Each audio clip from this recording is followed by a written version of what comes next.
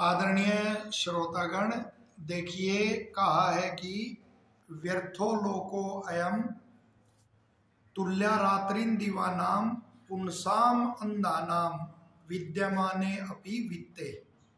कि यह संसार उसके लिए व्यर्थ होता है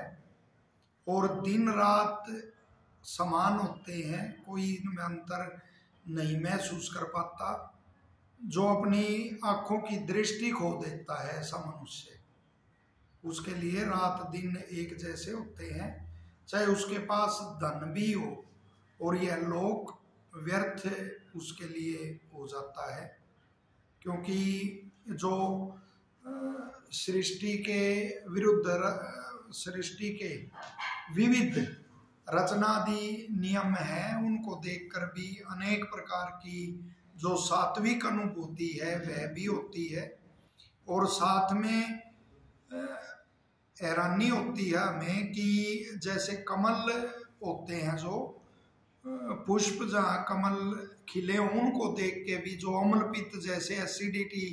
जैसे रोग हैं उनकी भी निवृत्ति होती है। तो ये तो दूसरा प्रकरण हो जाएगा, लेकिन आँखों का विशेष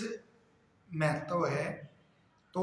आजकल आपने देखा होगा कि जो छोटे छोटे बच्चे हैं वो भी दृष्टि उनकी कमज़ोर हो जाती है और चश्मा लगाना पड़ता है और फिर नंबर बढ़ता जाता है। तो आँखों की कैसे रक्षा हो, उसकी दृष्टि कैसे बनी रहे, तो उसके लिए बहुत ही सुंदर उपाय ऋषियों ने बताया, और आम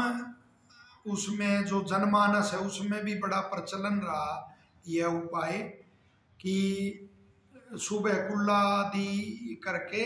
और मुख में पानी भर के, उसको गंडूस बोलते हैं, मुख में पानी भर के और आँखों पर पानी के छींटे लगाना, कि इससे आँखों का जो अंदर का मैल है, जाला आदि है, उसकी निवृत्ति होकर और एक ऊर्जा भी इस क्रिया से आँखों को मिलती है, उनकी रोशनी बढ़ती है। तो कितना बढ़िया उपाय है। चीज़ें बहुत सरल होती हैं ये, लेकिन आलस्य में हम नहीं कर पाते, तो ये अवश्य करें। और दूसरा, उसको जैसे घृतपान करना भी इसमें आयुर्वेद के ग्रंथों में लिखा हुआ है। घृतपान रोज जो करता है, घृतम पीवे, आजकल तो कहते हैं घी से हार्ट अटैक होता है, और आयुर्वेद कहता है घी पियो, वेद कहता है घी पियो। तो घी का भी जो गंडूस धारण करता है, रोज घी मुख में लेके और अच्छी तरह से उसको मुख में ही घोल के और पी जाता है, तो वो फिर उसके दांत और आँख आदि ये सदा ही उसके स्वस्थ रहते हैं। शुद्ध घी मिलना भी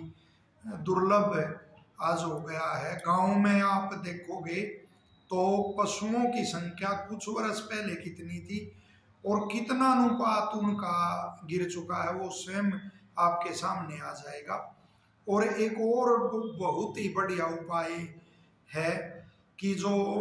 पैर हैं, जो इनमें जो पैरों की उंगलियां, अंगूठे, यहाँ जो नित्य प्रति स्नान से पहले आप कर सकते हैं, कुछ देर पहले वो तेल की मालिश यदि की जाए, सरसों के तेल की मालिश भी यदि की जाए थोड़ा देर पहले, तो उससे भी आंखों की रोशनी वो बढ़ती है। और इनके जैसे आँख के रोग ये क्यों होते हैं कि जो ज़्यादातर गर्म भोजन और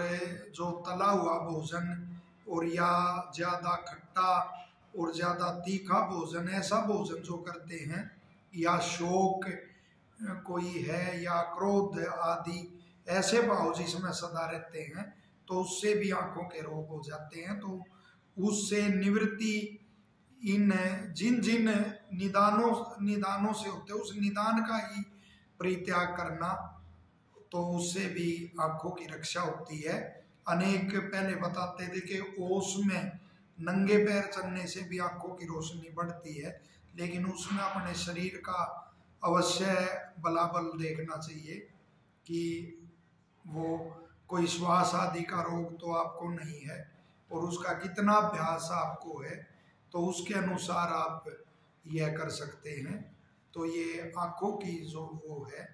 उसका हमने, और बच्चों में अवश्य ही बच्चों को थोड़ा, घर में जो बच्चे हैं आपके उनको ये जो आदत है ये अभी से आप ये हैबिट जो है आप डाल सकते हैं कि मुख में पानी भर के और आँखों पे छिपके लगाना, छींटे लगाना आँखों पे। और यदि दृष्टि कमजोर हो गई है तो सबसे जो बढ़िया उपाय है, जो सुलभ औषधि है, महर्षि सुश्रुत भी लिखते हैं कि त्रिफला जो होता है, मात्रा अपने बलाबल के अनुसार, आयु आदि के अनुसार, तो उस त्रिफला चूर्ण का घृत में सेवन करना, उसमें पर्याप्त घृत डाल के और उसका सेवन करना। और बहुत ही बड़े जो आँखों के विशेषज्ञ हैं हमने उनसे स्वयं सुना कि मलाई खाना, तो उससे भी आजकल तो बच्चों में आदत है कि वो छान के दूध पीते हैं, तो कहाँ आँखों की रोशनी और वो सुरक्षित रहेगी। तो इन उपायों के द्वारा आँखों की रक्षा करनी चाहिए। आशा है पूरी कि ये सरलता से जो आपको ये वो बताए आँखों के बारे में, तो वो आपको और भी नुस्खे अलग होते, बादाम मक्खन और वो मिश्री मिला के उसका भी सेवन करते हैं, लेकिन जो वो ये भी बहुत अच्छा है और वो सुलभ उपाय हैं वो भी आपको बताए हैं कि जिसकी आँखें अभी रोशनी कम नहीं हुई है उनको भी ये आँखों में ऐसे पानी के छींटे लगाना, मुख में पानी भरकर और घी का सेवन करना गंडूस के रूप में और पैरों पे मालिश आदि करना। तो ये उपाय तो सभी कर सकते हैं। धन्यवाद।